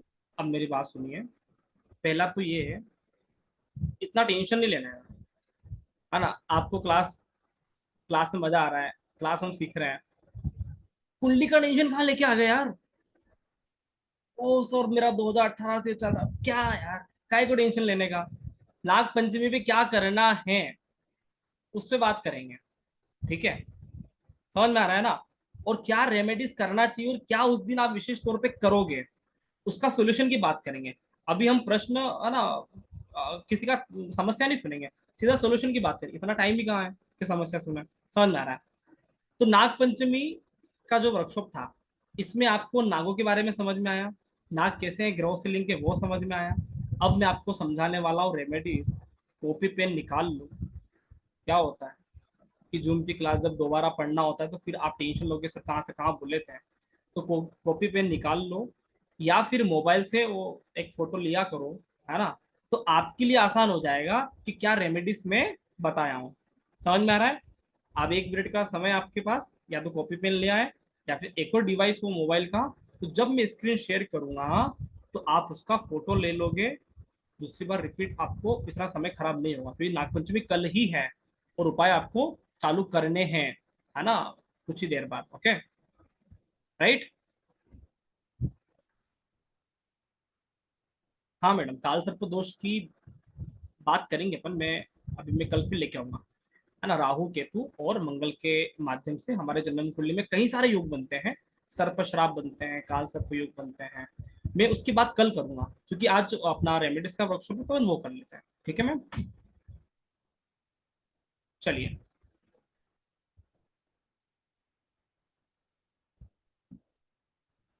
नाग पंचमी पर क्या क्या करना है, ठीक है। तो नाग देवता के या शिव के मंदिर में अवश्य जाएं, पहला काम तो ये करना है ना। शिवलिंग पर दूध और जल जरूर चढ़ाना है ना। बहुत ज्यादा लोगों की बातों में नहीं आना है कि भैया किसी को दूध पिला देंगे तो वो बहुत बढ़िया है ना। किसी को जल क्यों बर्बाद करना है, कर दो, है ना, करना चाहिए, समझ में आ रहा है। तो चढ़ाना है, ठीक है। अगर भंडारा या प्रसादी चल रहा हो तो अंशदान अवश्य करें, है ना। संगीत के साथ रुद्राष्टकम या शिव तांडव का स्तोत्र या कोई भी शिव मंत्र अपने मोबाइल में सुन सकते हो। ध्यान रखना, मैं आपको संगीत से कनेक्ट करवा रहा हूँ। अगर आप आरती में जाते हो तो बहुत बढ़िया बात है, संगीत मिल ही जाएगा, है ना। ढोल नगाड़े ताशे बजते ही है ना, घंटी बजती है, ताली बजती ही है। आरती में जाने की पॉसिबिलिटी नहीं है, बड़े बड़े शहर हैं सर, कहाँ मंदिर में जाएंगे, बहुत टाइम लगता है, ऐसा है वैसा है। तो भाई घर पे आप जब, है ना, रुद्राष्टकम का पाठ करें या किसी भी शिव भगवान का पाठ करेंगे, किसी भी स्तोत्र का, तो धुन के साथ, संगीत के साथ, उसकी रिदम के साथ गाएंगे। ऑलराइट, ये काम आपको करना है ना। क्योंकि नाग का संगीत से बहुत गहरा कनेक्शन है और मानव जीवन का संगीत से बहुत गहरा कनेक्शन है। जब भी आप कोई भजन सुनते हो, गाने सुनते हो, संगीत सुनते हो, आप अपनी बहुत सारी टेंशन से दूर हो जाते हो, ठीक है। तो संगीत में काम करेंगे। क्या नहीं करना है, केची और चक्कू का प्रयोग नहीं करना है ना। कोई काटने वाली चीजों नहीं करना है। तोड़फोड़ या बहुत ज्यादा साफ सफाई नहीं करना है भैया, घर के जाले वाले आदि साफ कर दें, है ना, ऐसे काम नहीं करना है। फ्री टाइम रहता है, नाग पंचमी की छुट्टी मिल गया भैया ऑफिस से, आज घर के जाले वाले साफ कर दें, है ना, ये काम नहीं करना। नशीले पदार्थ अगर कोई करता हो, जैसे आप सभी ज्योतिष के, है ना, फॉलोअर्स हैं, काफी कम लोग करते होंगे ना के बराबर, फिर भी जो लोग करते हैं, जैसे बीड़ी पान तंबाकू शराब मांस आदि चीजों का सेवन करते हैं, तो भाई आज रात की 12 बजे से छोड़ दो, है ना। इस क्लास के बाद से छोड़ देना, अगली क्लास तक, अगली 24 घंटे के लिए। नाग पंचमी में वो नहीं करना है ना। प्रतिक्रिया से बचना है। और देखो, नाग पंचमी है कि ना, पॉजिटिव वाइब्रेशन लेने का है। तो किसी भी तरह से लोगों की नेगेटिव बातें, चुगली, बुराई, भलाई, अगर एक दिन मुक्त रहोगे, मानव प्रवृत्ति है, मैं समझता हूँ, है ना, चुगली के बिना किसी का खाना भी हजम नहीं होता होगा, लेकिन एक दिन बिना चुगली करे रहना है, क्योंकि नाग पंचमी अपने आप में एक, है ना, एक बहुत ऊर्जा वाला दिन है। तो यहाँ पे हम जैसी ऊर्जा ब्रह्मांड को देते हैं, वह ऊर्जा हमारे साथ साल भर कनेक्ट रहती है, समझ में आ रहा है। लॉ ऑफ अट्रैक्शन का भी आपने वीडियो देखा होगा, है ना, यूट्यूब पे, तो है ना, आकर्षित करता है ना। तो यहाँ पे आप जो आकर्षित कर लोगे, जो आपने एक आकर्षित आकर्षण बना लिया कि आज मुझे इस साल मुझे कार चाहिए, इस साल मैं ज्योतिष का है ना सीख जाऊंगा, या इस साल मेरा बिजनेस अच्छा चलेगा, आप जो आकर्षित करना चाहते हो वो आकर्षित करें, पॉजिटिव वाइब्रेशन आकर्षित करें। लड़ाई झगड़ाई, मन मुटाव, विवाद की स्थिति बने, वहां से क्या करोगे उस दिन, बोले भैया कल बात करेंगे, समझ में आ रहा है, कोई केस चल रहा है कहाँ लड़ी होगी, फोन लो भाई कल बात करें, आज नहीं करेंगे, उस दिन नहीं करना, उस दिन आप पॉजिटिव एनर्जी को समय दोगे, समझ में आ रहा है ना। तो हैंड राइज का ऐसे ऑप्शन है ना, आप ऐसे कर सकते हो, थंब का रिएक्शन आता है, ठीक है। चलिए, इसके अलावा हाँ ये आप ले लेना, इसका फोटो ले लेना, ठीक है ना, मोबाइल से।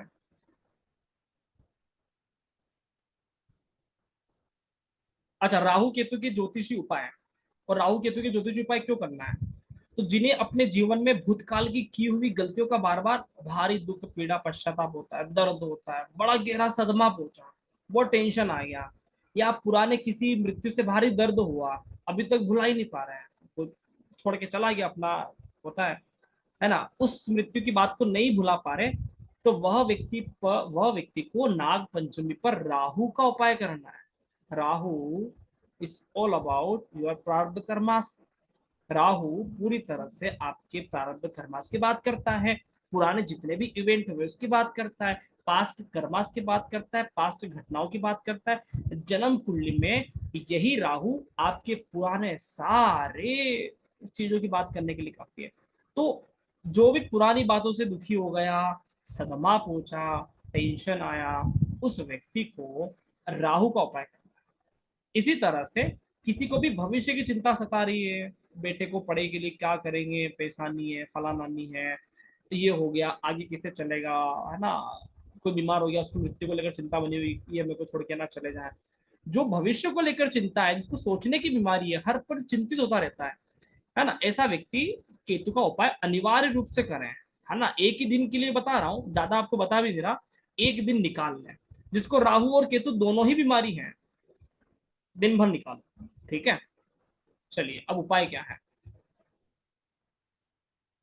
तो नाग पंचमी पर संध्या काल में अगर आपको राहु वाली परेशानी है, राहु मतलब क्या, पुराना कोई मामला, टेंशन, सदमा, कोई मर गया, मृत्यु हो गया, उसको भूल नहीं पा रहे हो, जो पुरानी स्मृतियों से आप दिक्कत में आते हो, रोज सोचते हो कि मैंने क्या कर दिया, मेरे साथ ऐसा क्यों हो गया, वो मुझे छोड़ के क्यों चला गया, इन सारी चक्करों से निकलने का सोल्यूशन राहु का उपाय है। नाग पंचमी पर संध्या काल, संध्या काल समझते हो ना क्या होता है, 4 बजे के बाद मान कर चलो, शाम को 4 बजे के बाद, ठीक है। संध्या काल में शिव तांडव स्तोत्र का पाठ किसी भी शिव मंदिर या नाग देवता के मंदिर, एक बात ध्यान रखना कि मंदिर जाके करना, है ना, क्योंकि मंदिर में ऊर्जा ज्यादा होती है ना, वहाँ पे बहुत सारे लोग अच्छी अच्छी क्रियाएं, है ना, एनर्जी का काम करते रहते हैं, तो वहाँ पे आपको एक वाइब्रेशन मिलेगा। तो मंदिर में जाकर शिव तांडव का 108 108 108 बार पाठ करना है। शिव तांडव स्तोत्र कहाँ मिलेगा, www.google.com, गूगल पे जाओ, यूट्यूब पे जाओ, शिव तांडव स्तोत्र का नाम लिखो, आपको पता चल जाएगा कि क्या होता है। अच्छा ये बता देता हूँ, ये रावण ने गाया था, है ना, लंकापति रावण ने गाया था, जिसको रामायण ज्योतिष बोलता है कि रावण राहु है, समझ में आ रहा है, रावण ही राहु है, केतु ही हनुमान है ना, ये रामायण ज्योतिष की टर्म्स की बात कर रहा हूँ मैं, ठीक है। तो आपको शिव तांडव का पाठ करना है। दूसरा, कोई खोटा सिक्का या कोड़ी, खोटा सिक्का नहीं अवेलेबल हो, आस पास पड़ोस के किससे मांग लो, उससे खरीद लो, 2 4 5 10 रुपए में, है ना, कोड़ियाँ मिलती है ना, पहले फूटी कोड़ी नहीं देंगे, ऐसे ऐसे डायलॉग बनते थे, कोड़िया हो गया, खोटा सिक्का हो गया, है ना, अगर किसी के पास 500 1000 के नोट है पुराने वाले, वो भी खोटे हो गए, हालांकि सिक्के की बात कर रहा हूँ मैं, तो खोटा सिक्का जो आज के जमाने में नहीं चलता है, उसका मंदिर में दान करेंगे, है ना। शाम के समय दूध से बनी हुई कोई चीज मिठाई में जरूर ले जाएं, है ना, क्योंकि ये पाठ करोगे, तो मैंने 4 बजे का समय बोला है, आपको पाठ करने में 2 3 घंटा आराम से मानकर चलो पक्का लगेगा, 7 8 बज जाएगा, तो एक दूध से बनी हुई मिठाई भी साथ में ले जाए, मंदिर में चढ़ा दे पाठ पूरा होने के बाद। जो चप्पल या जूते पहनकर गए हो वो छोड़कर आ जाना, जो नेचुरली नॉर्मली आप रोज पहनते हो वही चप्पल पहनकर जाना, उसको मंदिर में छोड़ के आ जाना, ठीक है। राहु के रेमेडीज बता रहा हूँ, है ना। एकासना करें या सिर्फ फलाहार कर सकते हैं उस दिन, एक बार भोजन लें अगर आपके अंदर ताकत नहीं है ना, ताकत है, आपको लगता है कि नहीं यार मैं फलाहार खा के, है ना, आम खा के, केले खा के, है ना, गन्ने का जूस पी के काम चला सकता हूँ, तो सिर्फ फ्रूट खाकर आप ये दिन निकाल लो तो बहुत बढ़िया है। इसी तरह से केतु का उपाय बता रहा हूँ, जो भविष्य की आने वाली चिंताओं से परेशान है, तो नाग पंचमी पर संभव हो सके तो ब्रह्म मुहूर्त में जाना है मंदिर। सर नहीं जा सकते, लेट उठते हैं, ऐसा है वैसा है, कुछ भी है, तो 10 बजे से पहले मंदिर में पहुंच जाओ भाई, है ना। 8 बजे चले जाओ, 2-3 घंटा पाठ में लगेगा, 11-12 बजेगा, है ना, तो 12 बजे के पहले पाठ निपटाना है। 108 रुद्राष्टकम एक माला फेर लेना है, जैसे वहां पे शिव तांडव का पाठ कर रहे थे जो रावण ने गाया था, यहाँ रुद्राष्टकम की बात कर रहे हैं जो भगवान श्री राम ने गाया था, है ना। केतु मतलब हनुमान है ना, और राम का सोल्यूशन, है ना, हनुमान राम एक ही बात है, आप राम जी का नाम लो, आप हनुमान जी का नाम लो, एक ही बात है, ठीक है। तो रुद्राष्टकम का पाठ करना है। चांदी का सिक्का संभव हो सके तो मंदिर में दान करें। आपको लगता है कि नहीं सर चांदी महंगा हो रहा है ना, भैया ऐसे यार चल रहा है, हम नहीं कर सकते, 10 रुपए का सिक्का ले जाओ, 20 का सिक्का ले जाओ, 5 का सिक्का ले जाओ, जो भी आपको समझ में आता है वो सिक्का, मतलब यहाँ पे, वहां पे मैंने कहा था खोटे पैसे, यहाँ पे आपको जो मुद्राएं चल रही है वो ले जाना है ना। सुबह पहली आरती के समय या प्रातः काल आप मंदिर में कोई भी दूध से बनी हुई मिठाई चढ़ा सकते हो। नाक का दूध से बहुत गहरा कनेक्शन है, इसलिए भारत में नाक को, है ना, दूध पिलाते हैं। चंद्रमा से सीधा कनेक्शन है, इसलिए उज्जैन में चंद्र नागेश्वर की पूजा करते हैं। समझ में आ रहा है? तो ये काम करना है। किसी भी जरूरतमंद को आप नई चप्पल या जूते गिफ्ट कर सकते हो, अगर आपको कोई मिल जाए तो। ध्यान रहे, भिखारियों को गिफ्ट मत करना, भिखारियों को गिफ्ट मत करना। कोई जरूरतमंद मिल जाए, कोई लगे आपको कि हाँ ये ले सकता है ना, इसको दिया जा सकता है, तो कोशिश कर लेना। आमतौर पे मुश्किल होता है लेकिन कर सकते हो, लेकिन भिखारी नहीं होना चाहिए। एकासना करें या फलाहार ले सकते हो, ठीक है। तो ये सिंपल सिंपल उपाय बताया हूँ मैं आपको, मेरे को नहीं लगता कि बहुत बड़ा कुछ है। हाँ मैंने लिखा ही है कि कल व्रत करना है ना, लिखा है ना, एकासना करो। एकासना मतलब जैन धर्म बोलते हैं ना, एक आसन पे बैठकर खाना खाते हैं, एकासना, ठीक है। या फिर फलाहार कर लो, ठीक है, केले वेले खा के रहो, फिर एक टाइम खाना खा सकते हो, ठीक है। हाँ जी, कैसा लगा वर्कशॉप सभी को? कोई प्रश्न है किसी का? अब बताइए प्रश्न। एक बात बताता हूँ, प्रश्न आपको सिर्फ उपाय के बारे में पूछना है, अपनी कुंडली कोई कंसल्टेंसी करवाने के लिए प्रश्न नहीं करेगा। क्लास कैसा लगा? अच्छा लगा, अच्छा लगा। क्लास कैसा लगा वो बता सकते हो। प्रश्न आपके बहुत वही होना अच्छा लगा। चाहिए जो हमारे उपाय से जुड़े हुए हो, सर है ना। 1 मिनट सब, 2 मिनट थोड़ा सा मेरे को, है ना, बोलने दीजिए, है ना।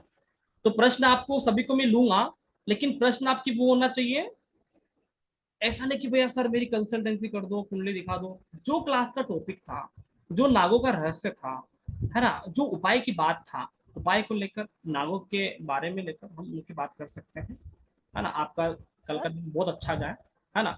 और हाँ, सर बहुत अच्छा था। जुड़ी तो बात सर बताइए प्लीज। थोड़ा सा मैं गुरु चंडल एक और बात कनेक्ट कर लेता हूँ, फिर आपकी सुनता हूँ मैं ना। क्लास से जुड़ा ही हाँ, प्रश्न है। इसके अलावा कल हमारा फिर सेशन होगा, जिसमें मैं आपकी कुंडली देख लूंगा। मैं आपकी कुंडली के बारे में, राहु के बारे में, केतु के बारे में और मंगल के बारे में आपको बहुत सारी चीजें, है ना, बताऊंगा। तो कल आपकी मैं, है ना, कुंडली के बारे में चर्चा करेंगे। हाँ बिल्कुल, सभी का स्वागत है। आप सभी सर हैंड रेस करोगे तो मैं आप सभी का लूंगा, सर ऐसे नहीं बोलना नमस्ते, मैं है ना। हेलो। रेखा किशोरी बोल रही हूँ। हैंड राइज करें सभी, मैं एक एक का लेता हूँ। हाँ पारुल मैडम। हाँ हाँ नमस्ते नमस्कार। सर। हाँ नमस्कार सर। नमस्कार मैडम। सर आपका सेशन बहुत अच्छा लगा, बहुत सारी नई जानकारी हमें जानने को मिली, बहुत ही अच्छा सेशन लगा। और सर एक मैं चीज शेयर करना चाहती हूँ, इसके साथ साथ एक मेरा प्रश्न भी है दोनों में ही। कुछ टाइम पहले मैं डिस्कवरी चैनल पे एक प्रोग्राम देख रही थी जो हमारी अर्थ के बारे में ही था। उसमें उन्होंने ये चीज बताई कि जब साइंटिस्ट ना कुछ उसमें खोज कर रहे थे, जो है कि हमारे अर्थ के बाहर के साउंड के लिए वो खोज कर रहे थे कुछ। तो जब उन्होंने कुछ ऐसा इंस्ट्रूमेंट बनाया तो उनको एक ही साउंड सुनाई दिया, और वो साउंड था हिस का साउंड। कौन सा साउंड था? हिस, जो सांप साउंड निकालते हैं। Okay okay. तो अभी उनकी बात तो वही खत्म हो गई क्योंकि वो तो डिस्कवरी चैनल है। लेकिन तब से ना मेरे दिमाग में यही चीज घूमे जा रही है कि देखिए हमारा वैदिक शास्त्र कितना ज्यादा स्ट्रॉन्ग आपने मतलब उसमें रहा कि उनको पहले से ही पता था कि हमारे जो आसपास है, हमारी धरती भी कहीं ना कहीं नागों की उस पर टिकी हुई है।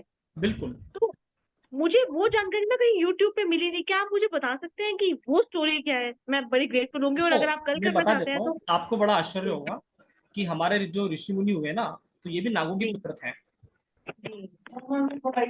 ये भी हम्म नागों के पुत्र थे जिन्होंने बड़ा ज्ञान लिया, है ना। जितने बड़े बड़े ऋषि हो, इन लोग का संबंध नागों से था, ठीक है ना। और हम्म नागों का साउंड से डायरेक्ट कनेक्शन है, जैसा मैं आपको बताया भी हम्म हूँ कि एकमात्र जीव है जो ध्वनि की तरंगों से चलता है और ध्वनि को समझता है ना। तो जैसे अपनी हिंदी मूवी में कितना काम किया है, क्यों न्यो न्यो न्यो न्यो न्यो न्यो न्यो न्यो न्यो न्यो न्यो। तो क्यों भाई, क्यों? गाय को लेकर तो नहीं कर रहे, ड्यू ड्यू ड्यू ड्यू, किसी को लेकर तो नहीं कर रहे, है ना, नाक को लेकर ही कर रहे हैं। तो नाक का संगीत से कनेक्शन है, नाग का शास्त्रीय संगीत से कनेक्शन है, ठीक है। नाग पूजा करने का सब्जेक्ट है। हम सरस्वती की पूजा करते हैं, माता सरस्वती की पूजा करते हैं, भगवान विष्णु की पूजा करते हैं। हम नाग की पूजा करते हैं, भारतीय संस्कृति, समझ रहे हैं? जी जी और इसीलिए भारत हमेशा से बोला कि भाई संगीतमय चीज होना चाहिए। आप चाहे काम करो, है ना। अब हमारे रिवाज तो पुराने बने हुए हैं, लेकिन हम उससे कनेक्ट नहीं कर पाते। बच्चों को बोलते हैं आरती करो, आरती करने का तो बोल दिया, बच्चे कनेक्ट नहीं कर पा रहे। बच्चों को लगता है कि भैया ये काम निपटे फिर दूसरा काम करें। तो हमारे जो पुराना कल्चर था, आरती का मतलब ये था कि संगीतमय आरती होगी, ठीक है।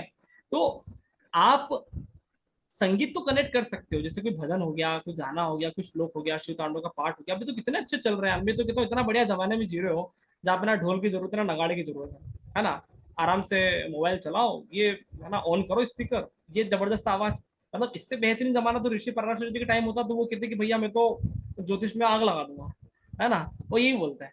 ठीक है, तो बहुत बढ़िया जमाना चल रहा है हमारे लिए, तो बहुत अच्छी बात। तो संगीत का कनेक्शन नागों से है, और ये जमाना नहीं बहुत तो अच्छा है। हाँ, हमारी जो धरती है वो कौन से, वो वासुकी नाग पे है, या वो मतलब वो किन पे टिकी हुई है? वो स्टोरी नहीं नाग मुझे दिख रही है मुझे। 82 तरह के नाग होते हैं, है ना।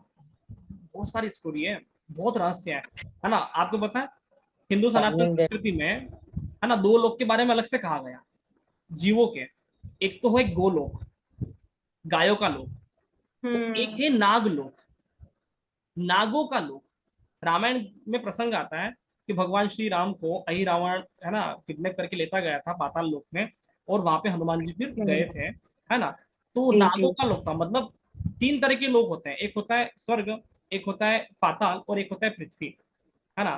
तो, है ना, और तीन तरह के काल होते हैं, महाकाल तीन तरह के होते हैं, है ना। तो स्वर्ग में देवता लोग पूजा करते हैं, पृथ्वी पे मानव लोग पूजा करते हैं, और पाताले हाटकेश्वरम, समझ में आ रहा है।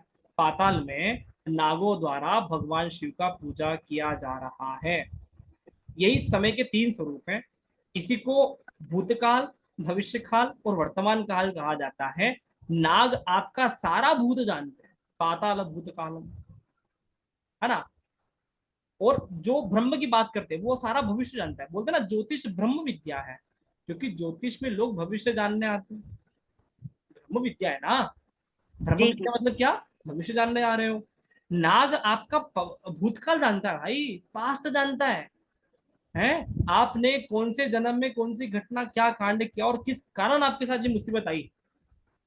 आप बोल दो कि सर हमने तो ऐसा कुछ नहीं किया, हमने तो काम इतने अच्छे किए, सदा सेवा करी, दुख आ गया।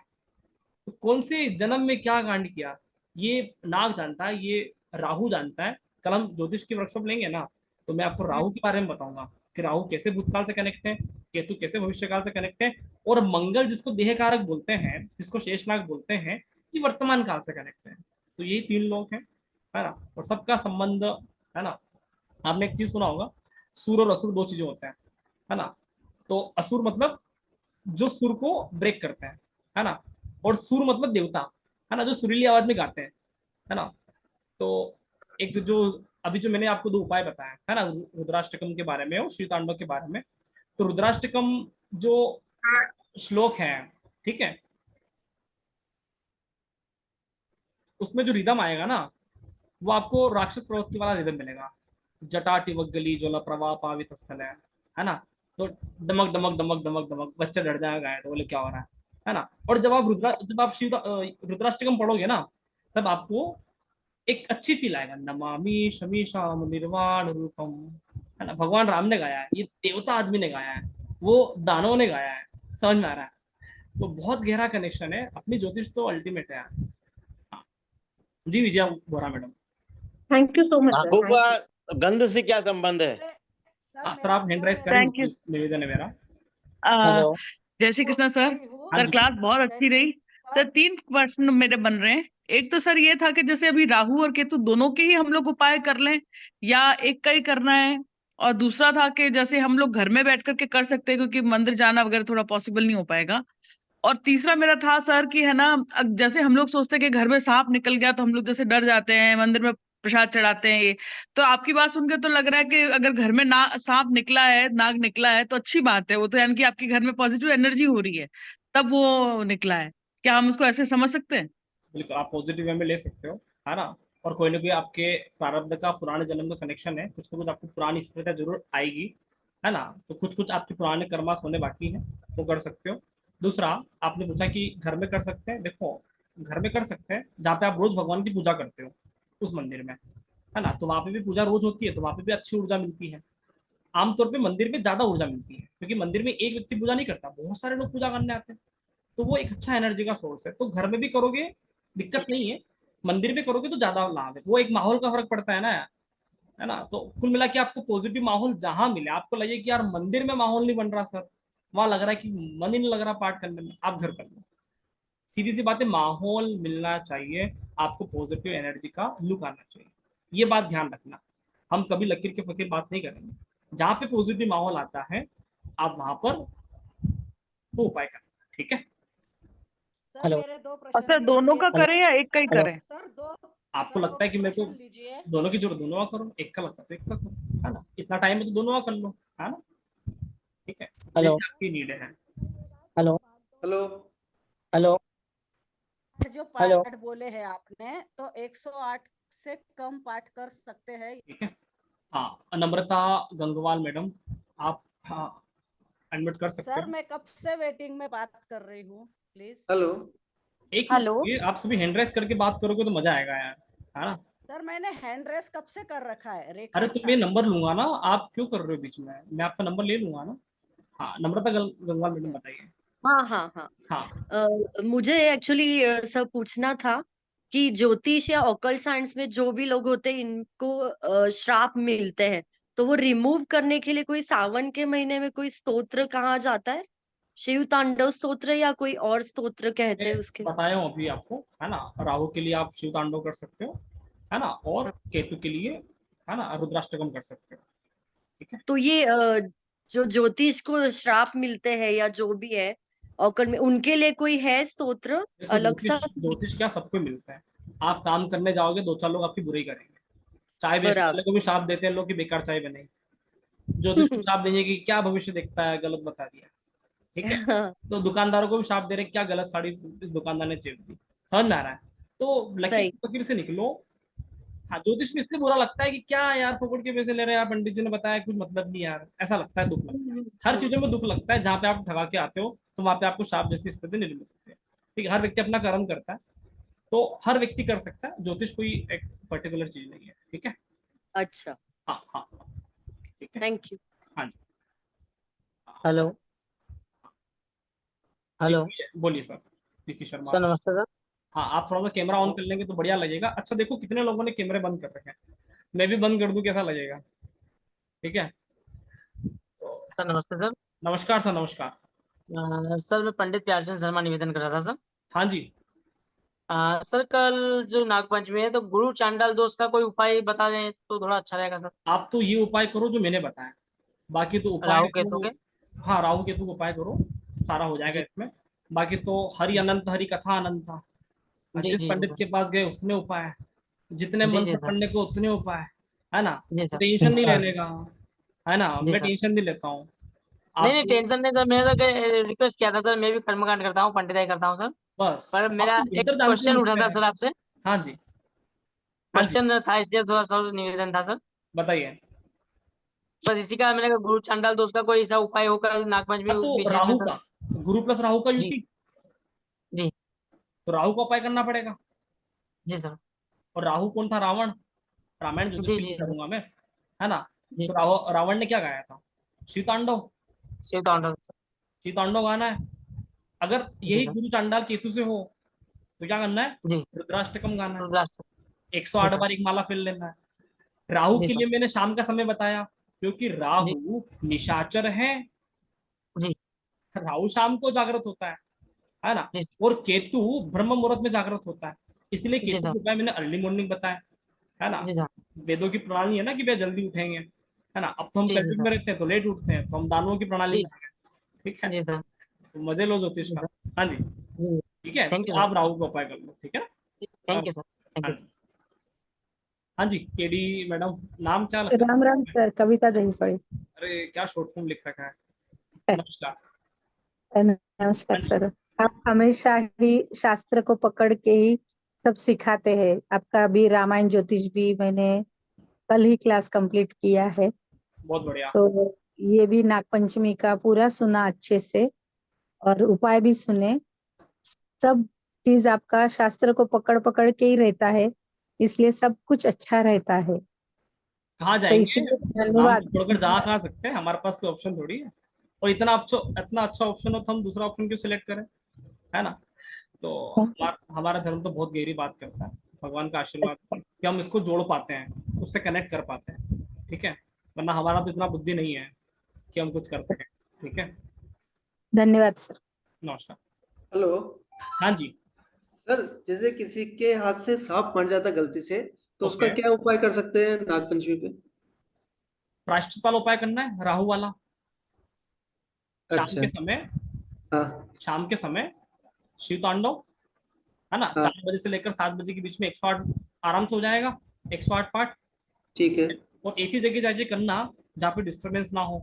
मैंने मंदिर बोला है, मालूम पड़ा कि हाँ, मंदिर में आपके पड़ोसी आ रहे हैं, वो बोल रहे हैं भाई क्या कर रहा है, क्या कर रहा है, परेशान करते हैं। एकांत में करना है। एकांत में करना है। अब चाहे वो ठीक घर है। का स्थान हो जहाँ पे आप पूजा करते हो, ठीक है, ठीक है। तो वहां पे आप कर लीजिए 108। और खोटा सिक्का जो मैंने डाला है ना राहु वाले उपाय, वो सारे करना है। अच्छा। खोटा सिक्का दान कर दो, है ना। खोटे सिक्के का अर्थ यहाँ पे ये है कि जो हम्म। भी गलतियां हो गई ना, उसको माफ हम्म। करें, ठीक है। समझ में आया। तो ये सारे उपाय हैं, रेमेडीज हैं, ये काम कर लेना। ओके, धन्यवाद। Okay. PC Sharma sir, PC Sharma ji. जी सर। हाँ जी, वीडियो ऑन कर लीजिए, हाँ आपके हो गई सर, क्वेश्चन हो करेंगे। गई। हो गई सर, चर्चा गुरु चांडाल के लिए बात हुई थी अच्छा सर आप, अभी। अच्छा तो फिर ठीक है। अच्छा, रेखा तक, ये कैसा नाम है, रेखा मैडम। हाँ नमस्ते सर, जय श्री कृष्ण। हाँ जी मैडम, नमस्कार। जय श्री कृष्ण। मेरा सर सबसे पहले तो अभिनंदन करूंगी कि आवाज आपने बहुत धीरे आ रहा है। तौर के इसमें, सबसे पहले आपका अभिनंदन है सर कि आपने क्लास बहुत अच्छी ली। मैम ईयरफोन लगा रखा है, थोड़ा सा आप, है ना, अपने मुंह के आगे ईयरफोन ले लीजिए, आवाज बिल्कुल धीरे आ रहा है। एक सर, आ रही है आवाज? कोशिश करता हूँ मैं सुनने का, आप बोलिए। ठीक है, तो हाँ सर, आ रही है अब? हाँ जी, हाँ जी, बोलिए। हाँ सर, से आपका अभिनंदन किया, बहुत सही। मेरा प्रश्न ये है कि आपने बोला है कि नाक से जहर ना देखे, समुद्र मंथन से और भी 13 जो 16 चीजें निकली थी। तो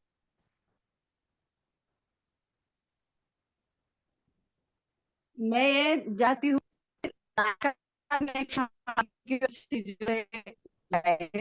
दूसरा 108 मैम मुझे पाठ हो आपकी सकते हैं आवाज क्या? कुछ भी समझ में नहीं आ रहा, या तो इंटरनेट डिस्टर्ब है आपका, है ना। आप मुझे पर्सनल मैसेज कर देना अगर ऐसा है तो, कुछ भी प्रश्न है तो। आवाज ही नहीं आ रहा है, ठीक है। सर अभी सर क्या आवाज मैंने अभी, हेलो? चलिए, कोई बात नहीं मैडम, आप मुझे पर्सनल फोन कर लेना, मैं आपको फोन सर उठाऊंगा। नमस्कार। हाँ सर नमस्कार। नमस्ते कहाँ से आवाज आ हाँ, रही है? हमारे मैं जयश्री जैन। अच्छा, नमस्कार मैडम। तो ये हमारे वीडियो ऑन जैन करके बोलो, जैन दिखेगा मेरे धर्म को। में भी हाँ जी, हमारे जैन धर्म में भी 23वें तीर्थंकर जो पारसनाथ भगवान है ना, हाँ जी, हाँ जी, उनके हाँ उनके सर पे भी, सिर पर भी सहस्त्र नाग रहते हैं। बिल्कुल। और एमपी में एक, हाँ एमपी में एक नागेश्वर एक जगह है, वहां हम्म। पर ये पारसनाथ भगवान का बहुत विशाल मंदिर है। और बिल्कुल। वहाँ हर पूनम के दिन नागों का जोड़ा आता है। और दूध वगैरह उनके लिए रखा जाता है, दूध पी के जाते हैं। जितनी भी नाग का बहुत चमत्कार है, पारसनाथ भगवान का हम लोग मानते हैं कि नाग के उनके सर पे सहस्त्र, उनकी प्रतिमा के भी वैसी है। बिल्कुल बिल्कुल, है ना, जहाँ पर भी आध्यात्मिक ऊर्जा कनेक्ट हाँ होगा वहां पर नाग हाँ, रहेगा, है ना। तो जैन धर्म में एमपी तो भी है एक जगह है, हाँ हाँ नागेश्वर, जी, नागेश्वर पारसनाथ मंदिर, खड़ी बिल्कुल बिल्कुल प्रतिमा मैडम, मैं है, आपकी बहुत बात को सुंदर। समझ गया। जी हाँ शर्मा भारती मैडम, आप म्यूट करें, अनम्यूट करेंगे, हाँ जी। सर आपने जो ये राहु केतु का बताया था ना, थोड़ा सा एक बार रिपीट करेंगे प्लीज। आ, राहु आपने कहा था मीन्स रावण, तो उनका शिव तांडव करना है ना? हाँ, शिव तांडव राहु राहु के लिए और केतु के लिए रुद्राष्टकम। और रुद्रा रुद्रा रुद्राष्टकम रु- आप गूगल पे सर्च करोगे मिल जाएगा, है तो ना। ये भी 108 टाइम्स करना है? हाँ, दोनों 108 बार, है ना। ओके। तो जैसे ये राहु रावण हुए, तो केतु क्या हुए? हनुमान, हनुमान। है ना। ओके, हाँ थैंक यू सर। जी, ठीक है। तो अच्छा लगा वर्कशॉप। अच्छा, कल आप सभी के लिए सूचना, कल हम, है ना, और भी 108 बार करना है दोनों, एक 108 108 108 बार। टाइम्स मैडम, माला फेरने का रिवाज हिंदू कल्चर में अच्छा पहले से है। ओके, एक माला फेरना है, इसको अलग तरह से बोलिए, ठीक है। तो कल हम वापस से मिलेंगे, है ना। राहु के बारे में जानेंगे, केतु के बारे में जानेंगे, मंगल के बारे में, जन्म कुंडली के माध्यम से जानेंगे। तो आप सभी एक्टिव रहिएगा। बहुत बहुत धन्यवाद आपको, नाग पंचमी की बहुत बहुत शुभकामनाएं, आपका दिन शुभ हो। आप सभी लोगों ने इतना समय दिया है, इसके लिए बहुत बहुत शुक्रिया। नमस्कार।